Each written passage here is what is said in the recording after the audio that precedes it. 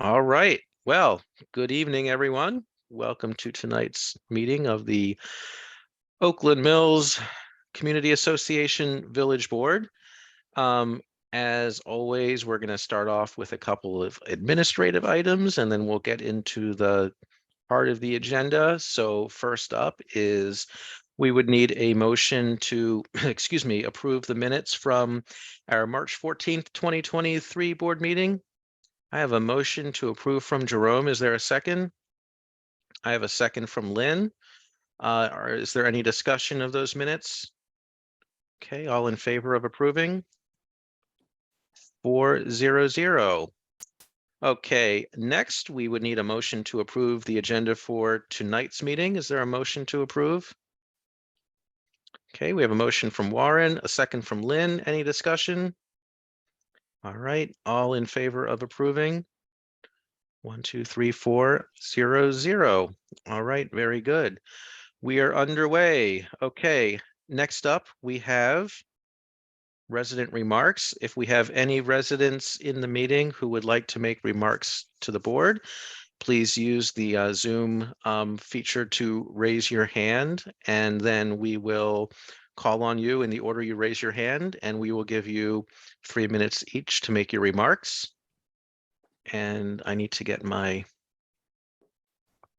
timer going here. Well, my timer is going, isn't it? Is it here? It looks different. They already changed the look of it. We've only had it for a couple of weeks. Okay, I have Samuel Hahn asking to speak. Sam, go ahead and come off mute as soon as you're ready. Well, hello, everyone. Thank you so much for the opportunity to be here tonight virtually. As you know, I'm here on behalf of Oakland Mills United. And this, well, in a couple of weeks on April 2nd, we will be celebrating our first year anniversary as a 501c3 nonprofit. On behalf of our entire organization, I want to come and formally thank OMCA for being one of our strongest partners that have been supporting us from the very beginning as we began our journey. We're so gracious to have such an amazing community association and a village board support the work that we do and really invest in alumni and young people in the community to make an impact. And so on behalf of the entire organization, I'm here to say thank you. Thank you for your unwavering support. Thank you for partnering with us and being one of our first ever partners, and for always donating to our organization when we have a request. It means the world to us. We're super excited to see where we go this next year as we phase on to our second full year will be very exciting for us, and we continue and hope to continue programming for students in Oakland Mills, and again working with OMCA and this board to help make that happen. So from behalf of Oakland Mills United, we again just want to say thank you so much for your support, and we look forward to working with everyone. So thank you. Thank you, Sam. Thank you very much. Thank you for all you do, of course. You're doing great work. You and your whole team are doing great work, and it's much appreciated in the community. And hey, I was actually going to send you a note, but since you're here, and since I do not expect you to sit through a whole village board meeting because you have like college things to do down there, make a note and get this out to the Oakland Mills United Network. Tuesday, April 18th, 3 weeks from tonight, at 6 p.m. is going to be the County Council's preliminary public hearing on the county's capital budgets, including education, which of course includes the school system. So this is for fiscal 20. Now you're all getting a sneak preview of my education committee report. Sam, this is for obviously fiscal 24 funding, because that's the next year to be funded, and that's when the money needs to start flowing to get the renovation started on Oakland Mills Middle. We'll get working on that right away. All right, thank you. Anyone else for speak out? All right, moving right along. Let me close my timer down so I have a full screen again. Okay, let's see. Next up on the agenda under new business is we have, yes, Taylor is here. I wanted to make sure before I introduce someone. We have Taylor Shelton with us from the Howard County Department of Housing and Community Development. She is here to talk to us and make a presentation on the Howard County Reinvest, Renovate, Restore Housing Loan Program, which is a program that we've been very excited about here in Oakland Mills. When word of the program and the opportunity to have a presentation went out, I'm not kidding. I think 4 of us almost simultaneously sent a note to Brigida saying, let's get this presentation at a village board meeting. And then I think Brigida's reply was, already working on it, figured we'd want this. So we have been very, very excited for this, and we are ready to turn it over to you for the next half hour or so if you're ready to go.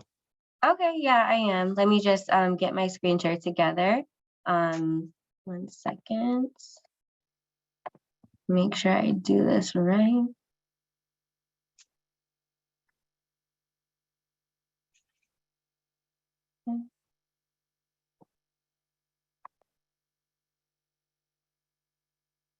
Okay. Can you guys see? We do. Okay.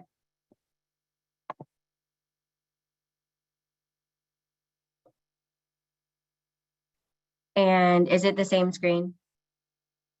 Yes, it's the title slide. Sorry, this thing, I normally share it on Teams. Oh, I mean, it looks good. It looks like a full screen title slide to us. There we go. Okay. All right. So, okay. So hi, everybody. Thanks for having me on your call today. I really do appreciate your time. I'll try to make it as quick as possible. This is just going to be like a brief overview of the program. And I am the loan program coordinator for the Reinvest, Renovate, Restore program, as Jonathan said. And my contact information is at the bottom right. You can email me anytime or give me I have a puppy. I'm so sorry. It's being really extra. You can email me anytime or give me a call, and I'll be able to help you guys out. So I can go ahead and 1 quick second, guys.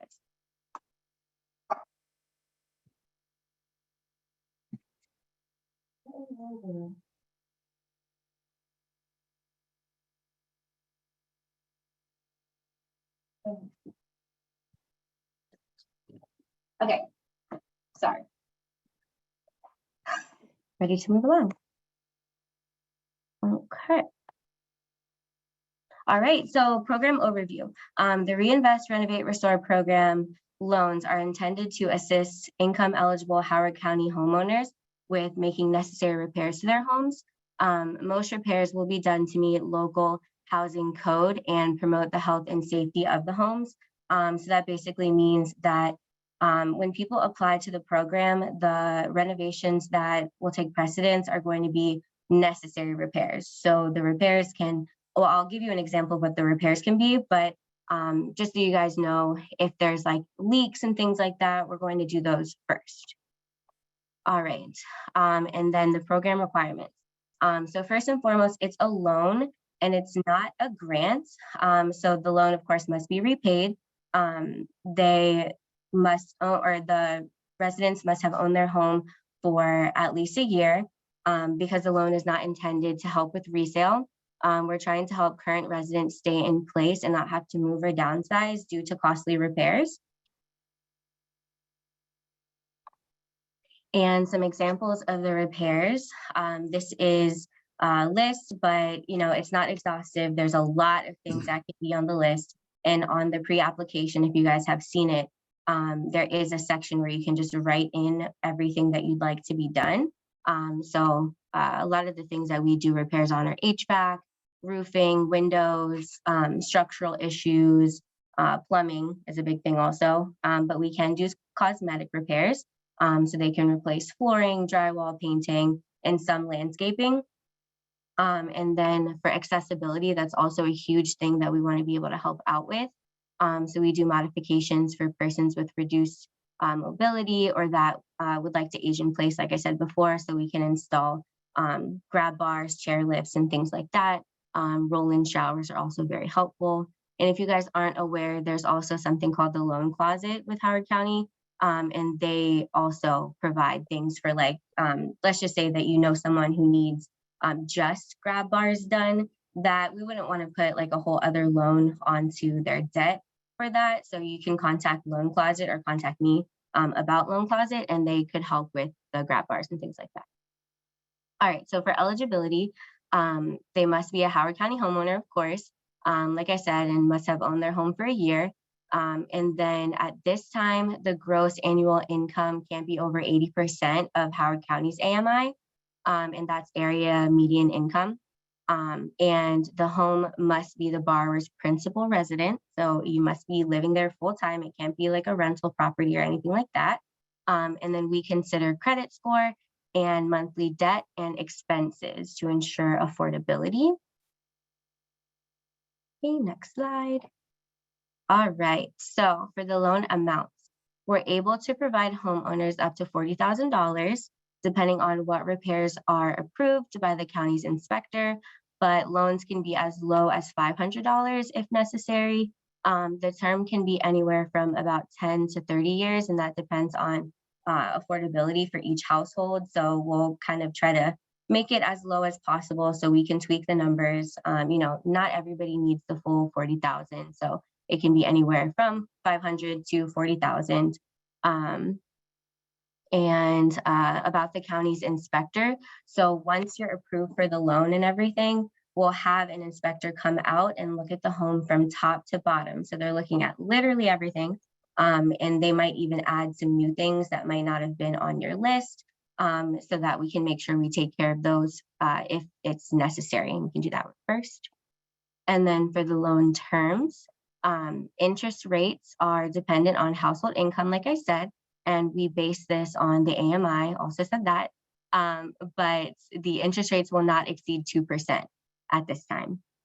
Household income is going to range from 30% or lower, or sorry, households that are from 0 to 30% are considered low income. So I did also want to touch on this. At this moment, the loans are really supposed to be for lower and moderate income households. I want to make that very clear as well, because I know that Howard County does have some households that are making well over the area AMI, but we are kind of gearing the loan toward low and moderate income. So with that being said, people with 0 to 30%, they will have a deferred loan actually. And what that means is that the loan is not due for payoff until the home is sold or foreclosed, or it's no longer their principal residence. So they decide to move or something like that.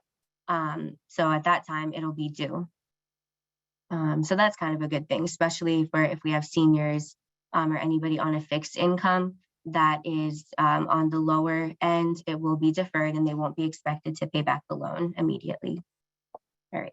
And so this chart is a breakdown of the current income limits. You'll see that income is based on household size as well. So it goes from 1 person in the household to 8 people in the household. And let's see. So let's say that we have just 1 person that owns the home and that's living in the home. They can be making up to $69,464 to be able to qualify for our program. And then if it's a 1-person household and they're making up to like a little bit under the 43,000 mark, they would qualify for the deferred loan. Oops. And then the application process. So I always like to touch on the application process because it is quite extensive. It's a county program, of course. So it does take some time, and it is a 2-step application process. So after the application process is done, there's, of course, a lot more steps that we have to go through. But most importantly, when we are getting started, you have to do a pre-application. So I'm going to go over. You have to do a pre-application, and with that, we collect the full application, signed and dated and everything. And then we also take basic income documents. So for example, that'll be like your most recent pay stubs. And then at that moment, we do perform a soft credit pull, and that is written out on the pre-application, so everybody knows we are going to be obtaining credit information. And then after pre-approval, then the residents are invited to submit a full application with some more detailed information, such as proof of home ownership and like taxes for the past couple of years. Okay, moving on. And then I just wanted to give an example of some more required documents so that if you do decide to refer this program to someone that you know, or if you wanted to apply yourself, you could get ready. So for the pre-application, we need 3 most recent pay stubs. And then what also qualifies as income would be Social Security, pension, annuity, award letters, child support is also considered income. So basically anything that, of course, number 1 is court ordered, and number 2, that you get on a consistent basis every month. And then we also take, like, if you had a rental property elsewhere, that would also be considered income. And then the proof of home ownership would be like your deed, property tax bill, and stuff like that. Okay, and then kind of the process, I might be missing a couple things, but just generally, this is how the process goes. So like I said, pre-application and full application, and then we take a moment to review it after your full application has been submitted and everything checks out, like credit checks out. We also consider loan to value ratio, debt to income ratio. Then we send it over to the loan committee and they tell us yes or no. And then after that has been approved by the loan committee, we will get the borrower's agreement started. You would sign some forms and have a meeting with us in the office. And then there's also a right of rescission timeframe. It's 3 days for you to kind of think about it if you wanted to move forward, if you wanted to pull out of the loan. And then after the loan has closed, the residents are actually responsible for picking their own contractor. I skipped one. So the consultant comes and does the inspection. Like I said before, I touched on that. And then after that, the resident would select their contractor. And we are getting together a list of contractors that are licensed with the state of Maryland. We don't vet anyone or anything like that. You just be able to choose whoever you'd like to, but just to make it a little bit easier, we are getting a list together. And then after all of that is done, you pick the contractor and we've gotten a scope of work, then we do the order to proceed. So that just means that work can get started. And at this time, the payments are due when work is started, but we're also, getting feedback and things like that, because I know that some of you might be familiar with the program already from pre-COVID and everything like that.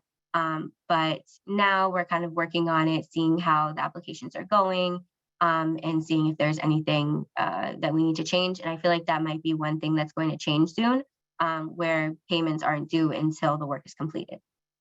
All right, and I'm actually almost done, guys. So I didn't take up that much time.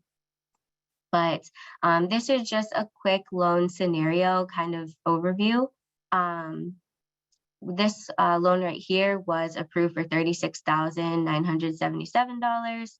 And then the monthly payment would be $118.93. A lot of the loans actually that I've been seeing are less than $100 for the repayment amount per month. But this is just an example. And then the term would be 30 years at 1%. And then just as an example, this loan would be for a basement upgrade. And so that basement upgrade included drywall being put down, new flooring, insulation with the drywall, an electrical panel replacement and painting. So that's kind of what, would happen if we were to redo your basement. And that is all. I was pretty quick. So yeah, did you guys have any questions for me about the program, or did I talk a little fast? Does it make sense? Well, I don't think you talked too fast. I think it was a nice, thorough presentation, but I do want to open it up for questions. Again, if you use the hand raise feature in Zoom, I'll just call in the order that I see questions come up. Or maybe you've done such a thorough presentation that all questions have already been answered. Well, while we wait to Okay. see if anyone formulates a question, one comment I'll make, and this is my personal perspective. This is in my opinion, a great program, especially in a community like Oakland Mills, where our housing stock is all hovering around 50 years of age or so, depending on Right. exactly when things were built. I mean, I know I'm sitting in a 52-year-old home right now, and all I have to do is look at something and it breaks. So, that, and Yeah. there are a lot of we know there are a lot of people out there who are in situations where they don't necessarily have the means to address things quickly. And I think one area where we could certainly be helpful to some of our residents is we get some of those architecture cases where maybe even the neighbors are getting frustrated because some repairs haven't been made and it's starting to look a little bit bad. And Yeah. what we can't share with the neighbors is this resident really doesn't want it to look that way, but they also don't have the money up front to fix that issue right now. And this is the kind of Right. thing that we can refer them to potentially help them. Brigitte. Yeah, I was just curious, and it may vary from application to application, but what is the typical timeline for someone who applies for the program? From application to completion, or? Well, application to like if they are either accepted or denied. Yeah, so that can take, I would say, like about a month, like 4 weeks. Okay. Because, and it also depends on the applicant, because I can get an application that's incomplete, and that's also Right. a factor. And then I do also have to send it over to my supervisors to take a second look. But yeah, about 4 weeks if everything goes smoothly. It's pretty quick. That's why I'm trying to push it. Really, I'm marketing this so that we can spread the word. And I want to make sure that it's not, that people aren't kind of deterred because it's called a loan. It's pretty low payments. So yeah. Can I ask a second question? Sure.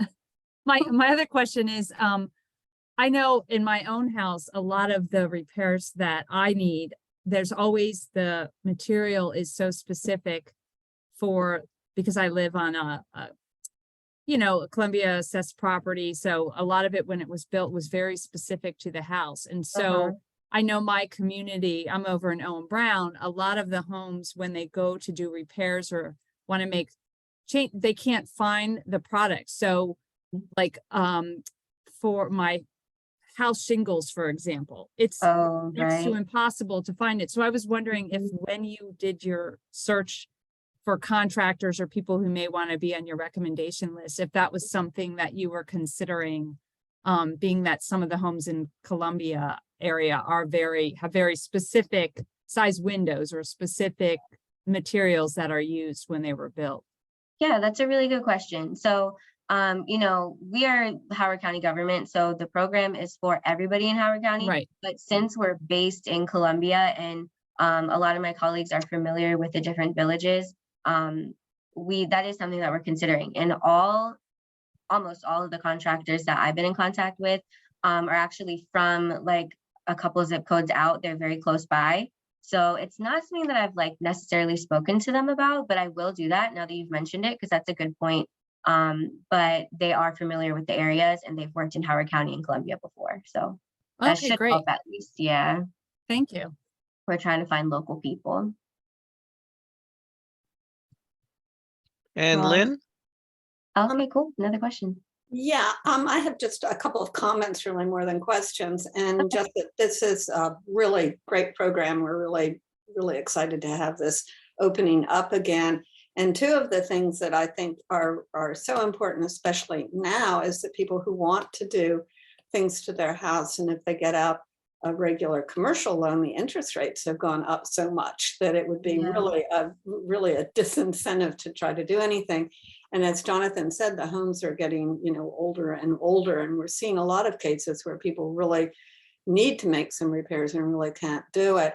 And one of the other things about this program that I think is so great is that with some of the loan programs that the state provides, that the value of the house is taken into consideration in determining the eligibility of the homeowner to get the loan. So you could be living in a house that's worth, you know, up over $500,000 and still not be able to actually, you know, afford to make the repairs that are needed. So having it be the percentage of the mean income of people in the county, and not your total you know, everything that you own taken into consideration, I think is a real plus for really opening this up to more people. So Yeah. just so glad that you're doing this again. Yeah, I actually, sorry, I don't want to burst your bubble, but they do also consider loan to value for the house. Yeah, I don't know if I put a bullet in there. I know, I'm so sorry. I might have missed the bullet, but we do look at that. Yeah. Oh But I'm dear. happy that you're saying that because I just started in this position a couple months ago, actually in January. So I'm like doing my research, and a part of my position is tweaking the program also. Yeah, So well, really. I'm not going to say what I'm tweaking because I can't make any promises. Because I do have to, of course, present the tweaks that I want to make to Board of Housing and everything, and they have to approve it. But you know, I do want to open it up, like you said, to residents of Howard County because of how unique Columbia is in general. Like I know we have Laurel and all that stuff, but Columbia in general, it's like, you know, you have the expensive houses. It's a really good area, so everything is just more expensive. And I know that regardless of how much you make every month and how much your house might cost, there's still, everybody needs help, especially after COVID. So that's where I'm at right now. So hearing your feedback is awesome. You know, if anybody on the call has anything that they think of later, you know, send me an email, give me a call, and I'd be happy to write it down and take it to my supervisors and stuff to try to make tweaks. Yeah, because there are, you know, with the desire of the county to encourage people to age in place, you know, I could give you the name, describe the instances of people who are living in houses that are worth, you know, under $1 million, just under $1 million, and they're living there and they're living on their Social Security, and they're kind of in the position that to be able to qualify for a loan, they'd have to sell their house to make repairs to the house, you know, so that it just doesn't work out. So really keep that in mind because it is a real hardship for a lot of people. Yeah, definitely. And I will say that most of the applications that I've gotten since January are from seniors. So I'm working with them also. So if you guys know anybody that needs help, please send them my way. Definitely will. All right, Ginny? It looks like Ginny might be muted. I saw she tried to speak. Where'd she go? Sorry about that. Excellent presentation. Could you tell us, maybe send us an email and tell us what that income level for the house is? And then Sure. I guess maybe if you have this, what it is in surrounding counties to see if it's the same or lower, or if there's a county that doesn't have that that income level at all. It's not a criteria, as you know, Lynn was thinking. And perhaps the board might consider writing to the county executive and just saying, we think you need to change this. Sort of supporting you without anybody knowing that, you know what I mean. Oh, okay. Yeah, I get what you're saying. Definitely. You guys are more than welcome to write to them. Well, I'll I be mean, presenting to them in April. Yeah, and I think there might be other boards that might be interested too. As I keep telling Oakland Mills, you do it first and then send it around, and we usually pick up other boards. So I don't know, Bill, you're the expert on this. I defer to you. And then Jenny, just before he responds, can you repeat the second question? Because I was writing it down. I know that you said you wanted me to email the loan to value ratio. And then what was the other thing that you needed? If we could get an idea of what's happening in surrounding counties, or if there's a county on the, I don't know, Eastern Shore, Southern Maryland, someplace else in the state that has a much lower, if you could just share that. Yeah, The board gets a chance to see what's going on and can say, wow, why aren't we like St. Mary's or whatever? yeah, I can. And I can also touch on that too. So sorry, it looks like your call kind of broke a little bit. So I wasn't able to hear the end, but I did do some research on that already just to kind of see what other areas we're doing. And they're not doing much at all, to be honest with you. There's not that many loan programs and grant programs like on the county level that are doing things. Like the closest one that I saw, I think, was somewhere in Virginia, like Fairfax or something like that, that had something similar. But state of Maryland does it as well. Somebody else on the call touched on that. State of Maryland is doing, they have a home repair program, and they also have like a senior program, but those programs are running out of money and they take like a year to get approval for. And my program is actually funded by the county, so it's a lot of a quicker process. So Okay. yeah. But is the criteria the same for the state program, or is it more flexible, or, you know? It's more strict. Oh, okay, well then we don't. Yeah, but I can still send you the Maryland Whole, it's called Maryland Whole Home. And I can send you the information for that one, because that's the one I know from the top of my head. I think the main point here is if the person moves or passes away or whatever, and the home is sold, you get the money back, right? Yes. So, you know, if you can help somebody age in place, or Mhm. actually it's living safely in the home. Correct. Yeah, we want to make sure we promote Which in safety. in the long run saves the state in terms of healthcare costs if they're on Medicaid, or, you know, feds, Medicare, Medicaid, whatever. Yeah, Okay. for sure. Thank- All right, thanks, guys. Is there any other questions, or should I leave you guys back to your meeting? I've got one, or a comment and a couple questions. One, Taylor, this is an excellent program. I've been following housing type programs like this for many years now, and this is really excellent. It's been fine-tuned, different iterations, keep fine-tuning it, Yeah. make it more competitive, which is great. And question, I've got 3 questions here. Are you shopping it to other village boards? Yeah. And you are? Good, excellent. That's like my first round of marketing. I've been trying to get it out to all the village boards that I can. This is great. And because it's basically the county is reinvesting in its own property tax revenue stream from a county perspective. And it keeps the property values up, which helps all residents, and it's what we want. It's what we want in Oakland Mills. And I wondered if you've got a history of success, all your numbers, how many loans applied, what's the percent that get approved, how fast did they get the remodeling done, and kind of your success rate, et cetera. What do you have some stats on that for us? I don't actually, and that's one thing that we've been looking at. The program that we use isn't the easiest to get reports from, and we're working on trying to find it. So that's something that I am working on.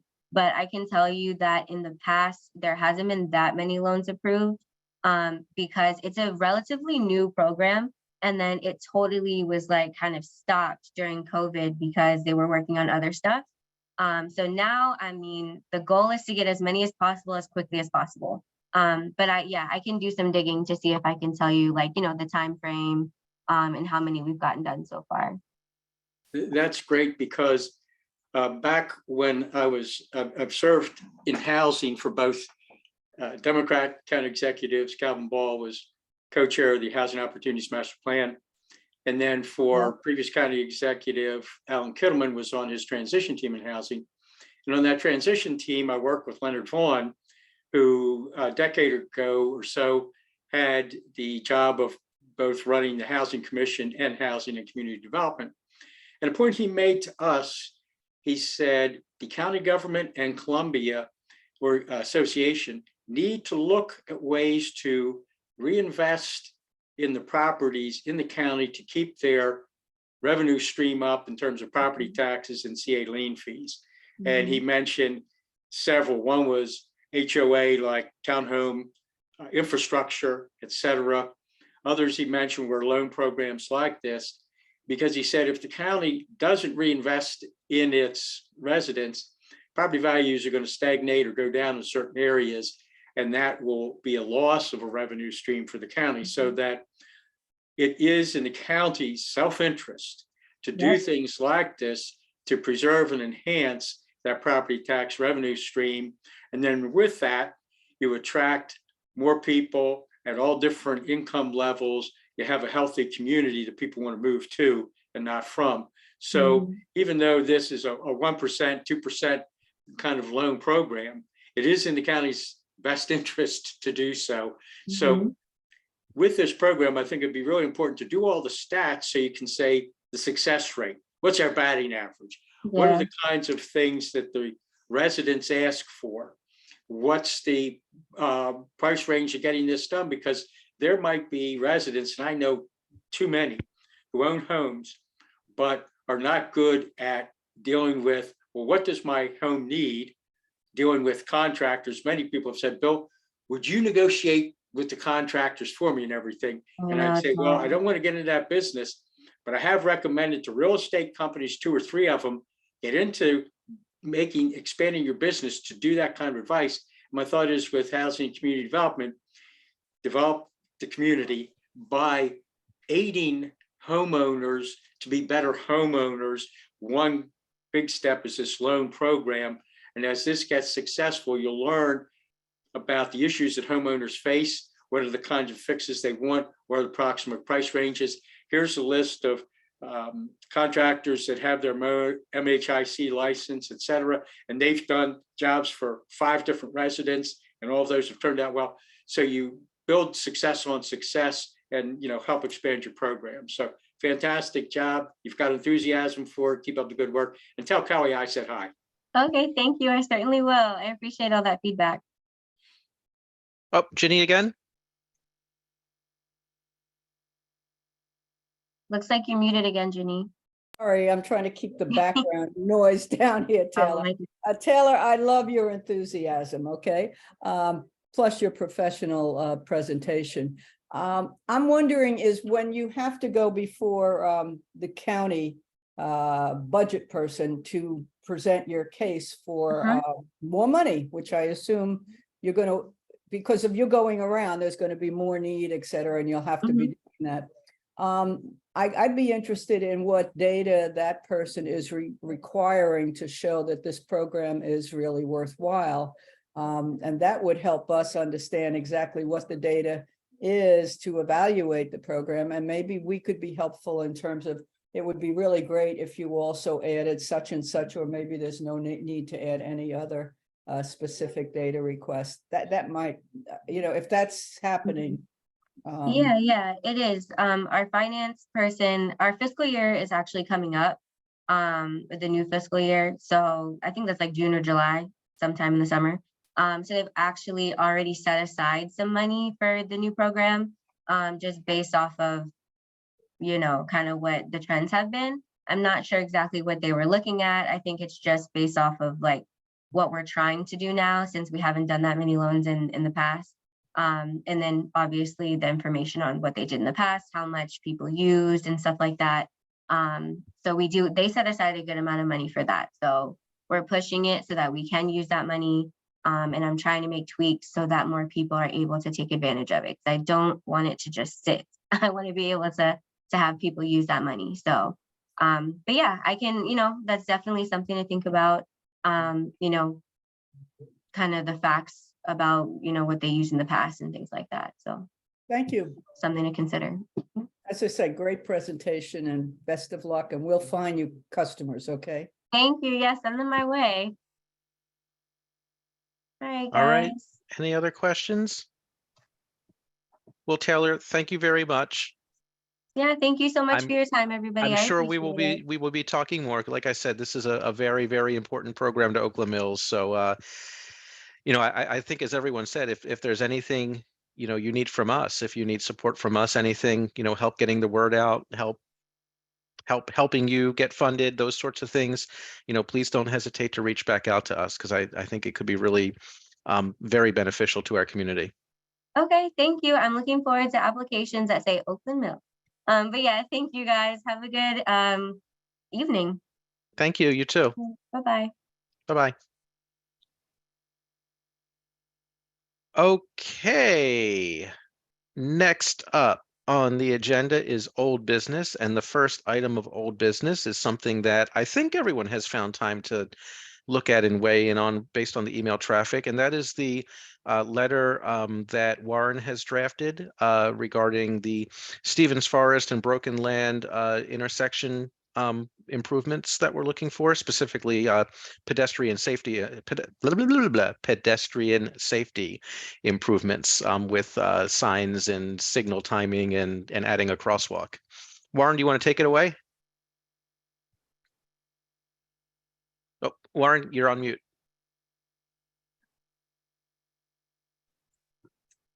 There you Can you go. hear me now? There you are. So, as you all know, we met, what was it, 3 weeks ago? I don't remember how far long ago. We met at the intersection of Stevens Forest and Broken Land Parkway, and we discovered 4 things that we would like to address or ask for.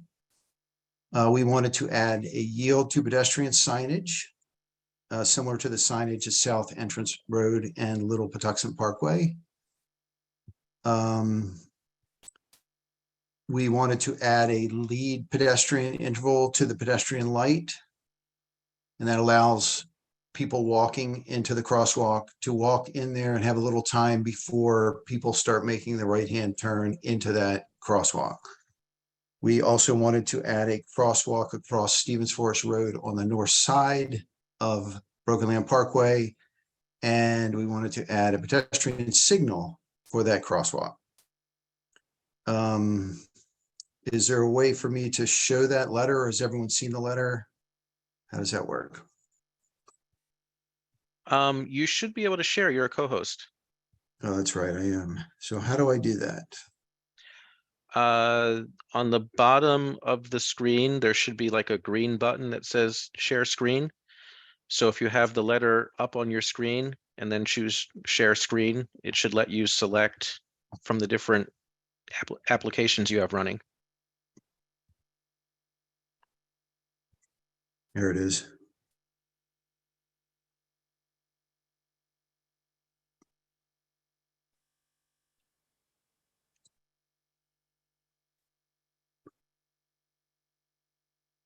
Can you see that?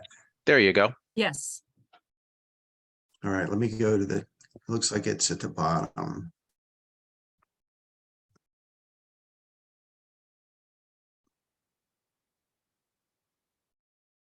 I'm on a laptop and it's not giving me a lot of space here. Let's see if I can do it this way. There we go. Okay. Can you see it all? I We can can see see the like top part. the top and the first 3 paragraphs. And can you see all the way to the right? Yes. Yes. Okay, I can't see it. I can figure that out. Let's see.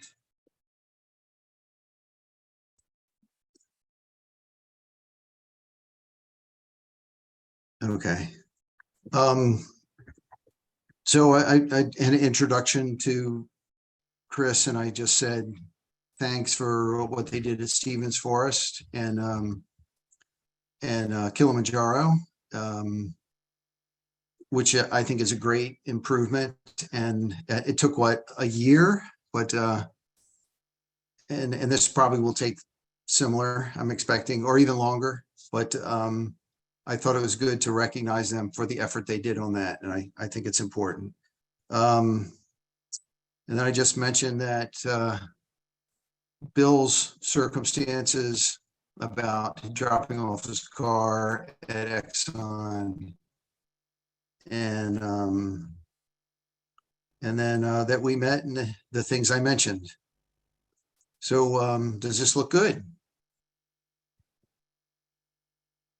So I have one suggestion, Warren. I don't know if everyone's seen it, but that yield to pedestrian sign we're looking for, They just put one up on the signal on at northbound Stevens Forest Road for when you turn right onto Kilimanjaro Road as part of the improvements to that intersection. So my Okay. suggestion, since we've already recognized them for improving that, would be to take number one and say, instead of similar to the signage at South Entrance Road in Little Patuxent, say similar to the signage recently erected at Kilimanjaro and Stevens Forest, and just acknowledge that they just did it in our community. Okay. And for those who haven't seen or haven't noticed, if you're coming northbound on Kilimanjaro approaching, I'm sorry, northbound on Stevens Forest approaching Kilimanjaro now, there's a sign to the right of the traffic signals, white and yellow with a yield sign that says yield to pedestrians and crosswalk, which is the exact sign that we also want on the lamp on the the horizontal run of that traffic light signal at Broken Land and Stevens Forest.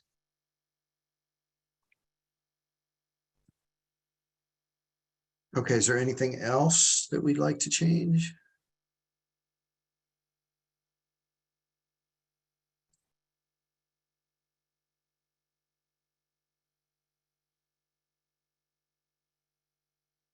And that also just shortened my board chair report because now I don't need to mention it. Okay, I've added that. Thank you for that suggestion. So we're all set with that? Does that sound good? And should I send this to, Check the spelling on Kilimanjaro. Yeah, something doesn't kill. yeah, it's not right. I think there's an extra A in Yes, there. There is. Thank you. Got it. All right, so the logistics is to send this to Brigida or how's that work? Yes, you can send it to me and I'll make sure it gets to Mr. Jagarapu. Awesome. Thank you. Mm-hmm.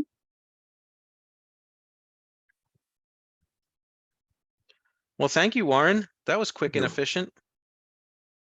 You bet. I guess there were other things. Oh, no, this is all news business. Okay. This is old business. Old business, right. Right. That's it. Thank you. All right. Thank you. All right. Well, we're on to board chair report. So I was going to report that sign went up, but just talked about that. So that's over with. Last night I went to a village board chairs meeting. Sorry, I didn't inform you that was coming at our last board meeting, but it all got thrown together very quickly in between the meetings, and I didn't even know what the date would be until Friday night, and I was gone all weekend. So I went, and it was kind of follow up to the meeting with Delegate Feldmark that Bill attended for me when I wasn't available on that Saturday several weeks ago. It really started out with Kevin McAlilly, the chair of Wild Lake, reaching out to all of the other village chairs and saying, "Hey, let's get together at Slayton House and talk about forming this task force to address the election issues." And actually, before we even really met, I wrote back, and then the chair of Owen Brown kind of seconded it, and I said, "Well, hang on.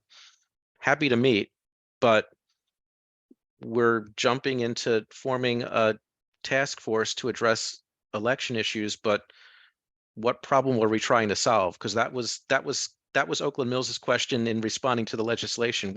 What problem is this trying to fix? And now we're trying to fix something else. And the Owen Brown chair kind of backed me up on that. So, but we went to the meeting yesterday, and 7 of the 10 villages were able to attend. So Owen Brown, Oakland Mills, Town Center, King's Contrivance, Wild Lake, Harper's Choice, and the vice chair from River Hill were in attendance. One of the other villages had a board meeting, and I think a couple of other chairs had some other conflicts and were unable to attend or send a second. So it was a nice question, and after we did open introductions and pleasantries and everything, I kind of opened it with, so what problem are we trying to solve? And there really wasn't any consensus on a problem we're trying to solve, or if there is a problem we're trying to solve. There was a little bit of recap from the meeting with Delegate Feldmark, and among the people who were there seemed to be some consensus that she thought she was helping us solve a problem because it's so difficult to change our legal documents that the state could just do it for us because state law takes precedence over the legal documents. So then we went around the room and we kind of said, anyone run into issues with changing their legal documents if you need to? And some of us have successfully done it. Some of us have looked into it in case we need to do it. Some of us just haven't had to do it. And then we started talking about what lawyer did you use, all that fun stuff. But again, no one said, well, yeah, that's a problem that needs solving. We all know, how to do that if we want to do that, or we know, where to turn for, legal advice if we're not sure exactly what we need to do. So that wasn't the problem that we were trying to solve. And, there seemed to be consensus that we don't necessarily need a one-size-fits-all solution to a non-existent problem among the villages anyway, because the village, it's okay for the villages to be a bit unique.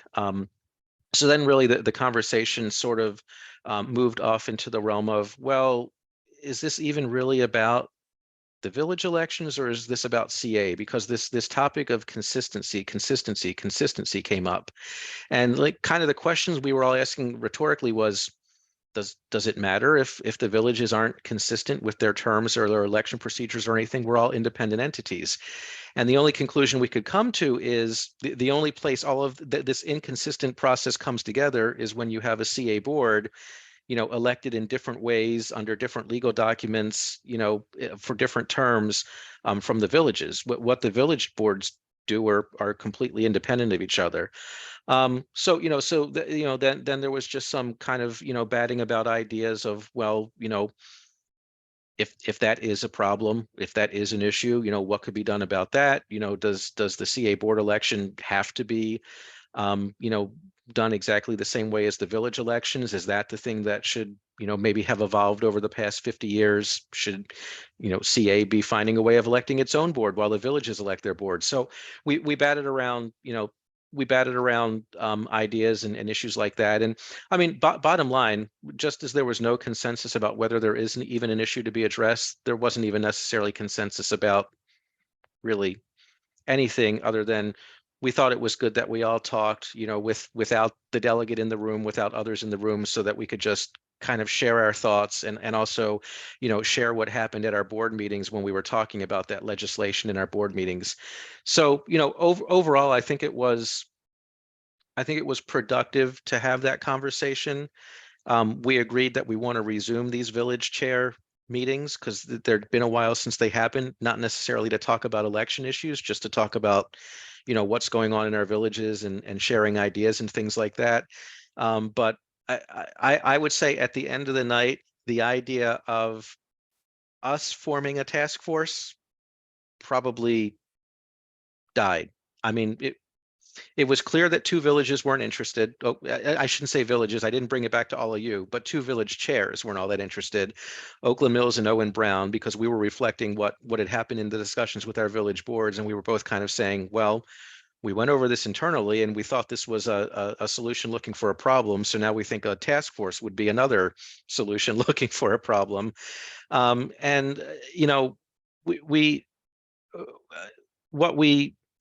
What we all agreed we probably do need to do as village boards is figure out basically, how to get ahead of this in the future. So should legislation like this come out, like, what should our response be? Because, while the consensus, because basically the consensus was this was a solution looking for a problem, but how do we vocalize that as a united front without also simultaneously saying, yeah, but we all want to be the same. Like we all feel the same way about don't interfere with this.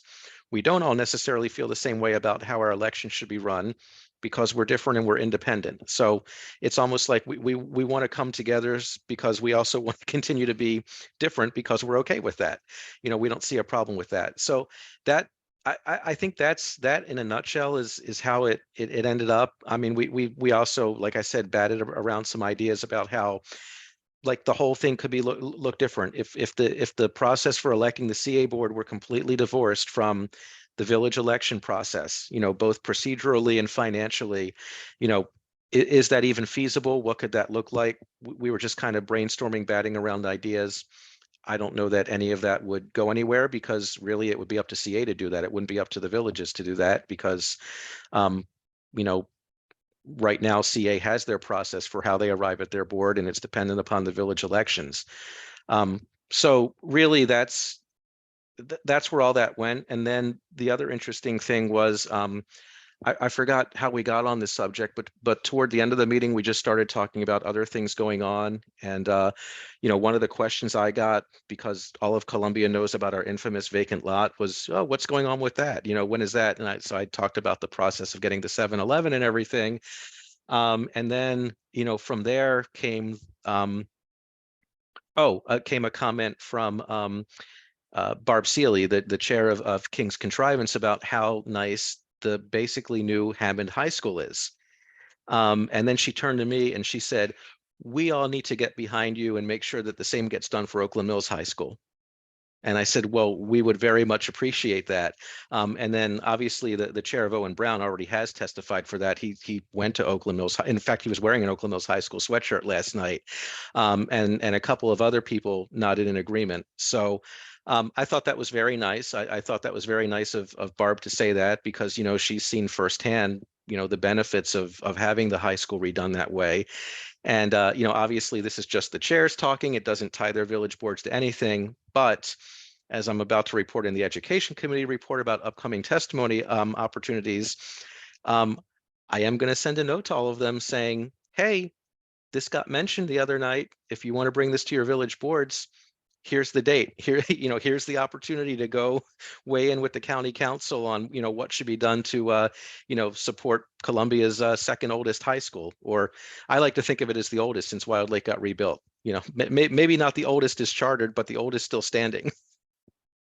So, like I said, overall, it was a nice meeting. It was a pleasant meeting. You know, while there wasn't necessarily consensus on the election issue, in a way there was consensus that there is no consensus, that, you know, 10 villages do not agree on one way of doing elections, or even that there is one issue with the way we do elections. And I thought that was important, you know, because my top concern when I started hearing talk of a task force was, why? You know, what's it going to do? What is it after? And we quickly established, well, none of us can think of what it would do. Or if we were to start thinking what it would do, none of us would agree on the specifics enough that it could be given, you know, basically one mission to go after. So that's sort of where things ended up. So that was the board chairs meeting. Any questions? We'll meet again someday. We're trying to figure out when. We're thinking maybe Thursday night is the best night, because that's like the only non-weekend night that no village board has a meeting, because it's just really hard to get all 10 of us together.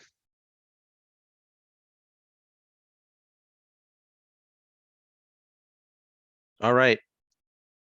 Anything else I may have forgotten to cover? Did I owe any follow-up? Oh, yes, I did owe a follow-up on something. I have not yet heard back from Ed on that research he was doing, so that's why I don't have a session to discuss that today. But I've actually been pretty busy over the last couple of weeks, so I didn't really have time to ping him, but I will by the end of this week remind him that he had to get back for me, so that hopefully I have something soon.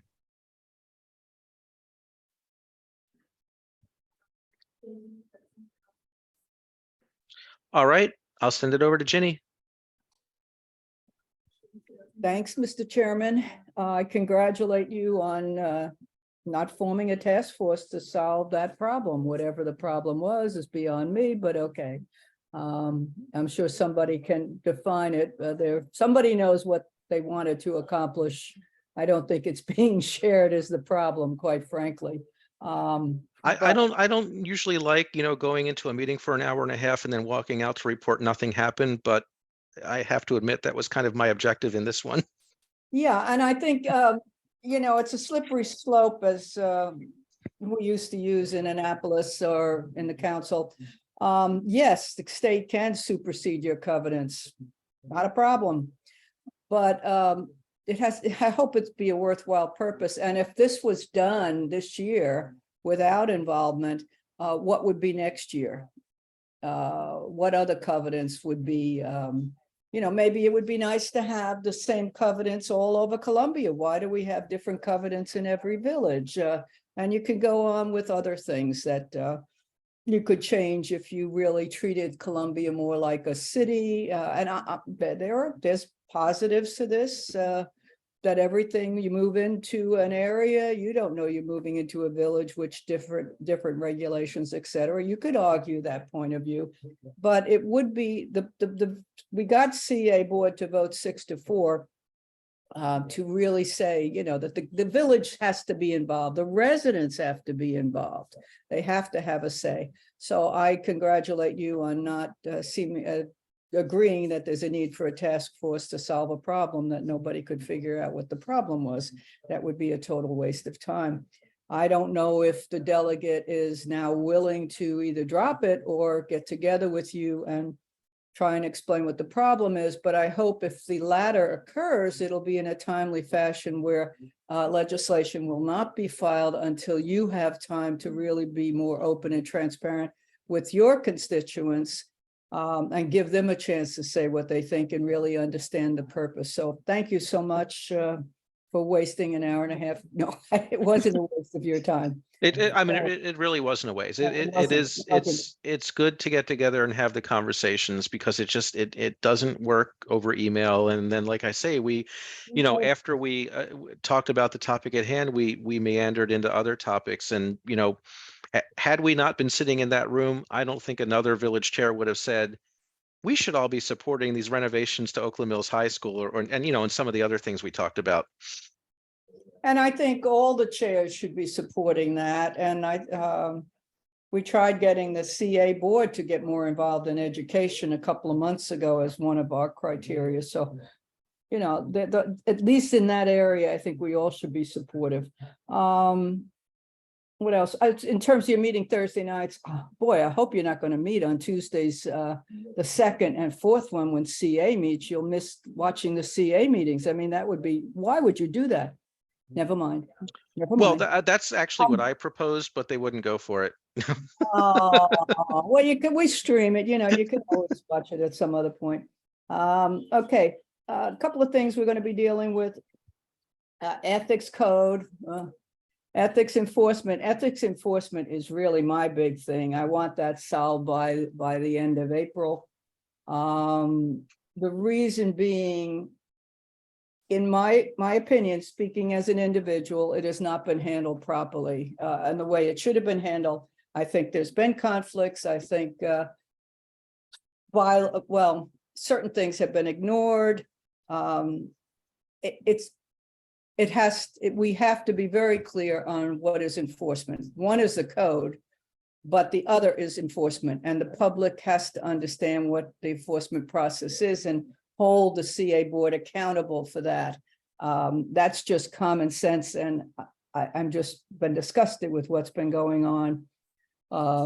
And protesting didn't seem to make a difference. So this is the goal of the second part of enforcement. That's my big effort. The third is Lake Elkhorn. We're looking at really whether the flow chart, and some people call it a timeline, but it's really a flow chart with a timeline included in it to the extent you can, but at least it has specifics in it. Well, there's really perhaps 5 or 6 things that are missing from that flow chart. And that's what some of us are working on that would achieve openness, transparency, public input, board involvement, which then means your involvement, et cetera.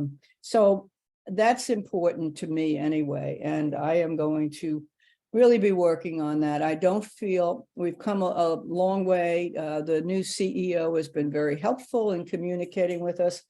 The chair and the vice chair, we meet weekly with the new CEO, which is just phenomenal. Other people are having meetings with the CEO. Brian, who's big on watershed and everything else, is meeting with him Thursday. I mean, this is truly exciting. I know I don't sound as excited as I should be, but it is really exciting for board members to be meeting with the CEO president. And I'll tell you, I leave every meeting with feeling we've worked out compromises and that he is saying this and we're going, no, this, and then we work out something, or we agree to disagree, whatever, but you learn something because he explains why he has that position. We explain why we have it. And that also occurs if you watch, although I know you have better things to do on Thursday nights, but if you watch some of the board meetings, I hope you'll see the difference in communication and how there's a working relationship and an exchange. You know, so I'm really thrilled with this. And that's where you'll see more, or maybe not, on Lake Elkhorn. Especially, you know, I'm concerned about that whole area where there's miles of trees that are going to be taken down. Let's see what else. Oh, the advisory committees is the last thing. Another thing we'll be dealing with. And there seems to be a difference of opinion. We have 12 or 13 advisory committees. And to me, they're all important. And a board member, CA staff changed it where there are 4 committees that they said, we'll handle it. You don't need to be involved at all, board members. That was about a year ago. I protested that vote, but that was what the CEO president wanted and the staff wanted. And that was golf, tennis, aquatics, and fitness, which is the clubs. Some of those individual advisory committees said, no, we want CA board members on that. It's really helpful. We get to feel we're communicating with them, et cetera. So some of the board members just said, I'll take this, I'll take that one. And then the rest, we were, you know, we chose what we wanted. I chose, again, the Climate and Sustainability Committee and the Senior Advisory Committee. I wanted the multicultural one like I had last year, but you can't get too greedy. Somebody else took that. I think Alan took that. So the question is, one board member thinks, well, you shouldn't be on any committees. You shouldn't be a liaison to any of them. If they've got something to say, they can come tell the board what it is, or they can tell staff, and staff can feel whether it's important enough to deal with the board, et cetera. I think you lose something with that. And other people say, well, the board pretty busy. They have enough to do. I just think that's one of your responsibilities. So I'll be pushing for not losing that when we look at the advisory committee overall charters and see what we want to do. I just think it's important to have that liaison from the board. And what we need to do is encourage the committees not to come once a year, but if they have suggestions during the year about some project, or like the climate committees coming with some potential grants that they think CA should apply for, I think they need to be either at resident speak out or just taking a couple of minutes to come and share that with the board. And some of these people are very talented that are on these committees, and really you can learn a lot, and we should be respectful of that. So that's about it for the excitement. Any questions? Any comments? Okay, thank you. Thank you very much, Ginny. All right, we are on to the village manager report for election and operations. And anything else you've got? Well, regarding elections, next Tuesday is our candidates forum. And just as a reminder, it will be the 2 Columbia council representative candidates that will be answering the questions from residents or whomever has the questions. It will be hybrid, so it will be held at the other barn. It will be set up there. That's where the election monitoring chairs will be. And we will also have a Zoom link for those who can't make it in person. The information regarding the forum was sent out to the candidates today, and I'm waiting to hear the official word as to when the election ballots and newsletter is put in the mail, so I can send an email out to the community, letting them know to look out for it, as well as let them know about the forum. If I don't hear from them tomorrow, I'm going to send out the community mailer anyway, because I want to make sure people have enough time to plan to be at the forum.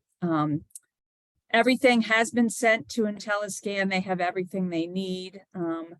Thanks to Amy for all of her help with that, but they got everything that we need, or that they need to, and they sent us a final proof, which the election chairs have proofread and checked and verified that everything was good. One thing on election day, we are still looking for volunteers. We do have a committee that I've reached out to sign up.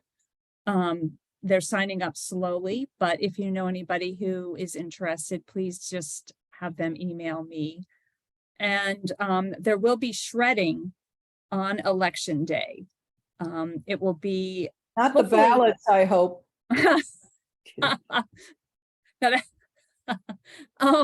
It will be in front of the police trailer in that parking lot. And the candidates have been made aware as to where they can campaign, etc., even with that going on. We had, since the last meeting, we had a lively arts performance, which was our first one since the fall. And we had about 20 little kids that came with their parents, grandparents, caregivers, and they had a great time. It was a wonderful group. It was Pam, the Kindersinger, who's always a wonderful entertainer. And then we had Jazz in the Mills on the 19th, which was pretty much sold out. And we had a lot of newcomers. We've switched over the format for selling online tickets from brown paper tickets to Eventbrite, which we've discovered reaches a much larger audience. So we had a lot of new people that came and were really excited about the series and kind of going to spread the word. So I think it's only gonna grow from here. And Lavinia was very excited. One other event we have coming up that Amy and I are working on is the flower sale, which will be held on May 6th. I'll be placing my order next week. And while we're on that, since the last meeting, Amy and I have talked, and Amy will be adding hours on to her week and will be filling in as the interim events coordinator. So she pretty much is at every event anyway. So, so she knows, she does all the flyers, etc. Excuse me. So she's pretty much been a large part of them all the time anyway. So I'm very thankful for that. And our facility and rental coordinator started full-time on Monday, and she's been doing great, picking up everything fast. She's reorganized my whole desk, made it look much nicer and neater, but has it going great. So and on Monday we actually were provided a free lunch for the staff from Mission Barbecue, since they hold so many events at our venue, as a thank you. And so pretty much all of the regular daytime staff came in. And so it was a nice little kind of social thing for us, which we haven't done since before COVID, inside the office. So that was very nice. And I think the only other thing is, at the next meeting, I will have the FY24 budget in draft form to present for you all to review. And we also, the CA rep will be at the meeting next month to give an update as part of that new program, where a representative from the CA will be coming to one of our monthly board meetings. So that will start next month in our first meeting. And I think that's it, unless you have any questions. All right. Thank you very much, Brigida. Let's move it on to committee reports. Lynn, anything architecture? Just some kind of good news. We had kind of a slow late late fall, winter season with the applications for renovations, but it really picked up this month, and we have 15 coming in. Interestingly, it's I'm going to have to talk a little bit more with Taylor about how this is all going to work, because I think a lot of them are really coming in as the kind of repair, safety sort of issues. We're not getting so much what we used to get with the landscaping outside or that sort of thing, the new deck. We're getting a lot of repair. They need a new roof. They're doing their new siding. We have two sidings on Kilimanjaro that are going to be completely done. New roof, new siding. Same on Jacob's Ladder, which is just, it's good to see, because these are properties that, are reaching that age where if they haven't had a roof repaired for several decades, it's time.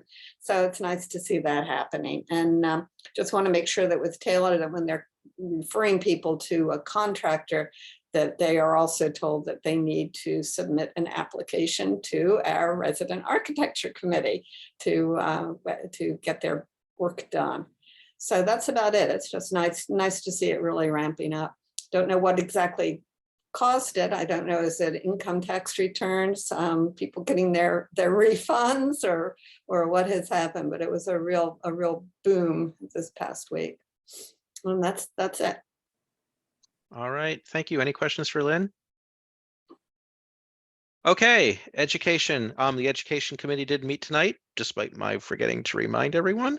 But we still had a couple of people show up. So primarily what we talked about was the capital improvement plan and the need to ensure that the county comes up with the funds for Oakland Mills Middle School in the current session, because that renovation is supposed to start in fiscal 24, which means the funds need to be obligated in the current budget session. So obviously we've weighed in twice at the county executives hearings. And we're going to get the word out. Brigida, we'll have to work together on a community email and stuff. But on April 1st, the county executive transmits the capital budget to the county council. On April 17th, the county executive makes his budget presentation to the county council. And then here's the important thing for us. On Tuesday, I was saying this to Sam at the beginning of the meeting, on Tuesday, the 18th is when the county council holds its preliminary public hearing on the capital budget. And they break it out by education and then general county. And under education, of course, is the Howard County Public School System, along with the libraries and Howard Community College. So we'll, I think, definitely want to be on the record once again at that, and want to make sure that we're encouraging our community, and if we can do what we did in the fall with the students, even more importantly, maybe get some students on the record. Again, I think the key in that will be Oakland Mills Middle School, because what we're really talking about funding is fiscal 24, and that's what's slated to start in 24. But what I would also encourage everyone to do is, throw Oakland Mills High School's needs into the mix, just to remind them that we're gonna come back, because we're going to expect that for the fiscal 26 budget. I don't know whether this is very public yet, although I guess I'm kind of making it public here. But I have recently learned that over the summer, there are already going to be some funds expended on Oakland Mills High School to try to address some of the immediate, especially health-related concerns. So my understanding is that the building will not be open for summer programs this summer, as it normally is, because there's going to be, from what I understand, some substantial, tearing into parts of the building to, do what they can to, maybe fix some of the biggest problems with the HVAC system. So, for example, they're not having the mold issues in the science wing anymore until the school can get its full renovation that hopefully would start in fiscal 26. I did ask, and it's terrible that this thought even needs to cross someone's mind, but given the experience, it does. Like, okay, in the short run, that's good, but in the long run, does that hurt? Like if they fix, you know, some of the worst stuff right now, does that give them a reason to put it off? And what I was told was no, because finally, Oakland Mills High School also has a capacity issue.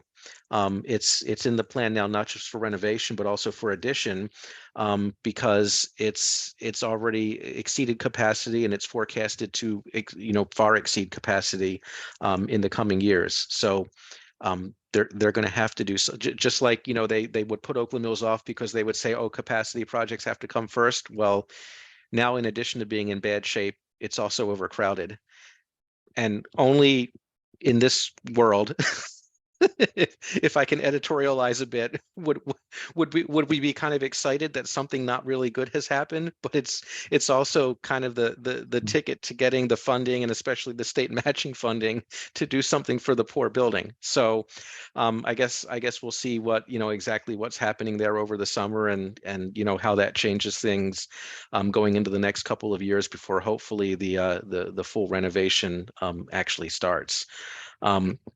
The other thing I've been saying, just to sort of temper some expectations, is, you know, when we talk about hopefully funding for the middle school renovation and addition starting in fiscal 24, if you remember back to the whole duration of the Talbot Springs process, right? That initial year of funding, I mean, that was spent on doing a lot of, you know, planning, right? Assessing the building, you know, planning. They need to bring in an architect, stuff like that. So I've also been, you know, trying to tell people, hey, even if it does get funding and start in 24, it's not like you're immediately going to see construction vehicles and cranes and fun stuff like that, you know, knocking out walls and putting on additions and everything. They have to plan it first. And what I'm actually kind of sort of hoping is that when they come in and assess that building, they'll kind of come to the same conclusion they did for Talbot Springs and go, this isn't worth saving. It'll be more cost effective to build on the field next door and then make the old school the new field. But who knows? Who knows what'll happen? That's my personal opinion. I know it's shared by people who work in the building regularly, who have shared their opinion with me as well. But you know, if you look at Hammond, it's amazing what they can do with an old neglected building if they really try. So we'll see what happens with it. The other thing we talked about briefly is the new school start times and what that means for transportation.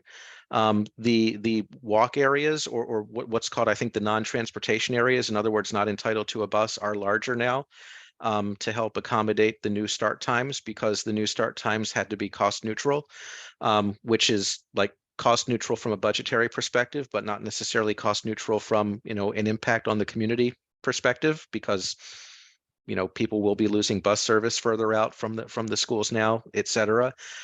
So basically the walk area, like for Oakland Mills High, will still go to 175. Thunderhill, I think, will still be a bus area because they don't, for some reason, count the tunnel under 175. And the walk area will stretch down into Allview, as well as east into Jeffers Hill. The middle school walk area will be a bit larger too. The thing that's causing concern, and I've reached out to one member of the Board of Education, and I'm still trying to get a final answer to this, is there's a possibility that a middle schools and high schools could start like at the same time to be cost neutral. And in the case of schools being on a campus, they might even like combine grades on buses from the two schools, and have everything start at the same time, which in my opinion would cause a complete traffic nightmare on Kilimanjaro Road, because if they consider Oakland Mills Middle and Oakland Mills High a campus, the problem is that they share land around the back, which is inaccessible to any vehicular traffic. They have separate driveways and separate parking lots on, you know, separate parts of Kilimanjaro Road, and it's already bad enough when just the high school is letting in, especially on a bad weather day. I can't imagine what that might be like if you have larger non-transportation areas, which, let's face it, doesn't mean more kids walking. It probably means more cars coming into the school, especially when the weather's bad and you're trying to start both those schools at the same time. Now, for like capital planning purposes, apparently they aren't considered a campus. So when I reached out and said, so are they considered a campus for transportation purposes? The answer was, that's a good question. I don't know. So I'm still trying to look into that and and learn whether that is going to be an issue for the community, or whether they're going to be considered separate schools, the same way that Oakland Mills Middle and Talbot Springs are and Stevens Forest are, because there are roads in between them. I just don't know yet, but it's odd what they're doing, because they set the rule that the new start times had to be cost neutral, which means that you sort of have to compress everything, because you're not going to run more bus lines. So you offer buses to fewer people, and then you start combining what's left onto buses and trying to have more schools in the same area start at the same time. So we'll see exactly what they do when it comes to the start times for those two buildings. Rebecca? Yeah, so maybe it might be useful for Warren or I to come to an education meeting and try to figure out how we can encourage more students who are in the walk zone to actually walk or bike or use alternative. Those are the alternative transportation. So maybe we can figure out how to effectively do that better. I think Amy came to, well, Warren will tell you later, Amy Brooks came to a public space meeting last week, and we were discussing biking at the school and came away with some really exciting things. So I think that would be great, because I what, like I said, what we see so far, especially if the weather's bad, is just more cars on the road. And when you expand the non-transportation zone, especially since now it's, when you expand the non-transportation zone, right, the people closer in already were walkers, and some of them were driving.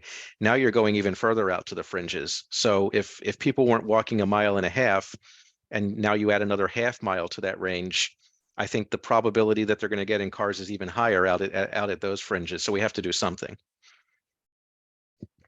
well, I'd love to brainstorm some ideas. Sounds good. And that's all I have for that.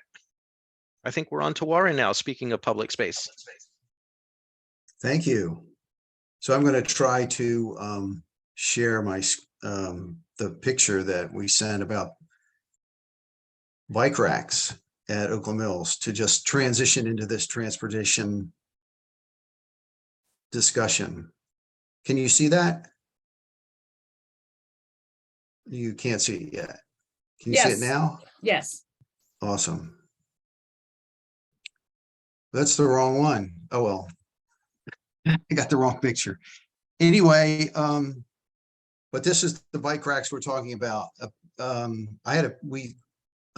As Rebecca said, Amy Brooks came, she's a teacher at Oakland Mills High School, and the principal and her would like to add more bike racks, because this one bike rack on a nice day will have 30 to 40 bikes on it, if you can imagine.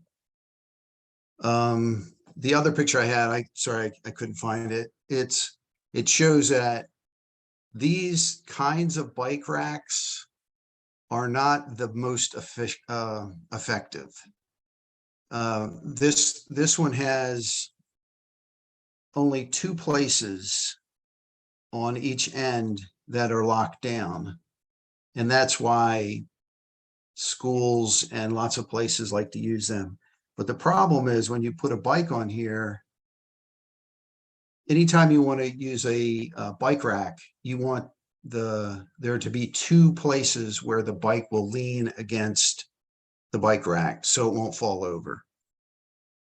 And so what people do is they put their bikes in the middle of the down U, and then it falls over on one side, and a lot of times it actually falls down.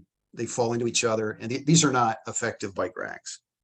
So we'd like to have them replaced so that we can encourage more people to ride bikes to school, especially now that they have up to 2 miles where they don't have bus service. And our committee unanimously supported this, to have more bike racks. There's a talk about putting them, this is in the front, there's talk about putting one in the back and have it there. That might be something to look at, but right now, we would just like to support having more bike racks so that more students could ride their bikes and teachers ride their bikes to the school. Any questions? Warren, not bike racks on the back, but on the side entrance. Side, yes, thank you. Yeah, Thank you. where there's like a bench there now. Oh, well, yeah, that's the whole part I want to be torn down. So, you know, we might not want to put them there. That whole side? Yeah, that's my vision. Well, if we get them there, So when then they we'll rebuild just- it, then we'll get we'll put them appropriate back bike again. racks at the new grand. Yeah. Yeah. Yeah, I'm sure No, they can no, take I- them out and put them back in. Yeah, So it's if you've been to any kind of events there, especially if they're running something in the auditorium and the gym simultaneously, you quickly realize that there's one broad hallway in that's also ADA accessible, and that's that side entrance with the big OM sign. And, you know, unlike Right. newer schools, it's not really much of an entrance. There's a tiny little concession stand. There's nowhere to sell like tickets or anything like that. So one of the things I've said is if they're really going to do this right and they're going to knock walls down and build additions and renovate and everything, they should tear out that side of the building, tear out the locker rooms, tear out the music room, bring that out and actually build some kind of, you know, more grand entrance where you can separate athletics from performances. Kind of like if you've been to Long Reach, they have one big entrance that says athletics. They have another one that says, you know, performance or arts or something like that. And they have actual like useful space where people can gather and tickets can be sold and concessions can be sold and stuff like that. So it's just it's funny Makes you want to sense. put them there, because if they like put them there tomorrow, not that they would, I'd be like, yeah, tear those things out, tear that whole side of the building out and start over.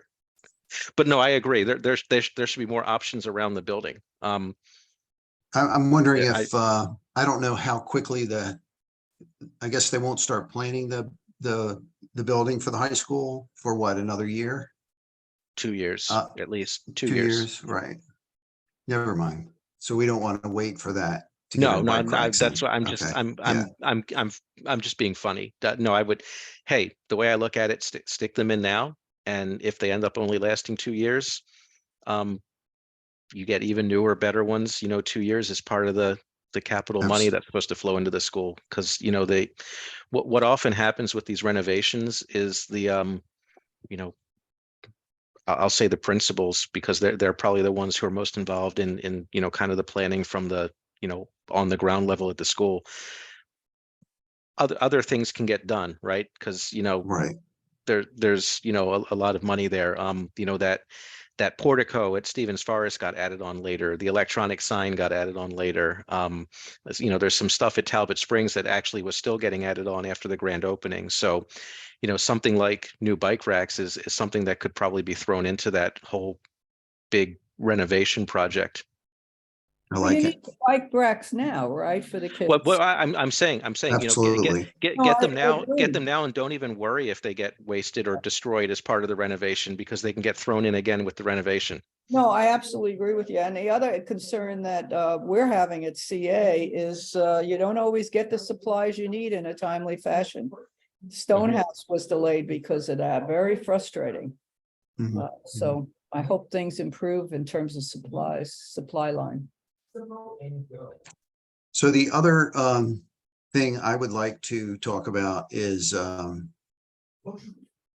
bike Coco corrals.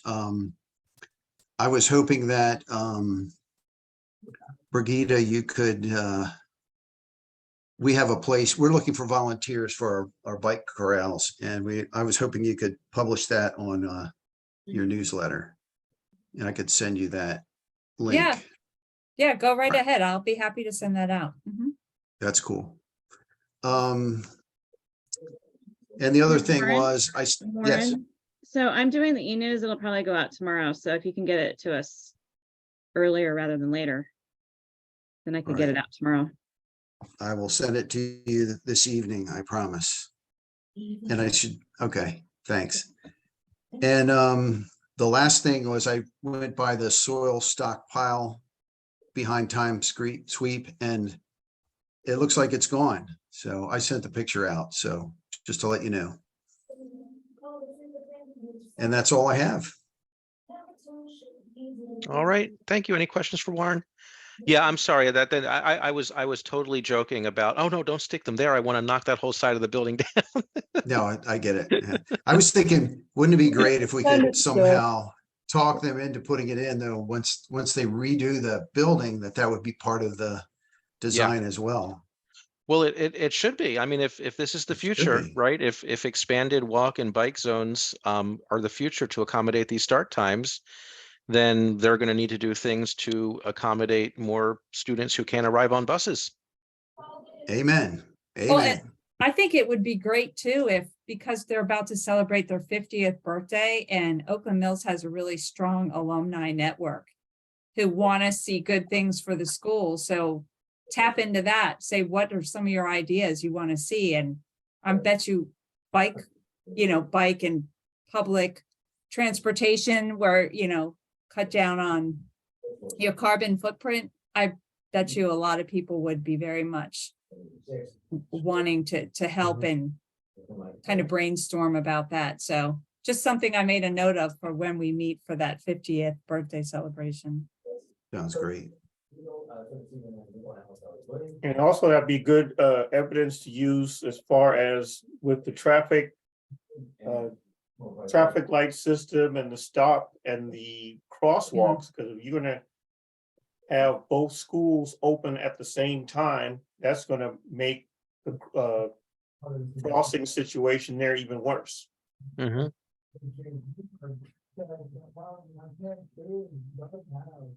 Absolutely, good point. Thank you.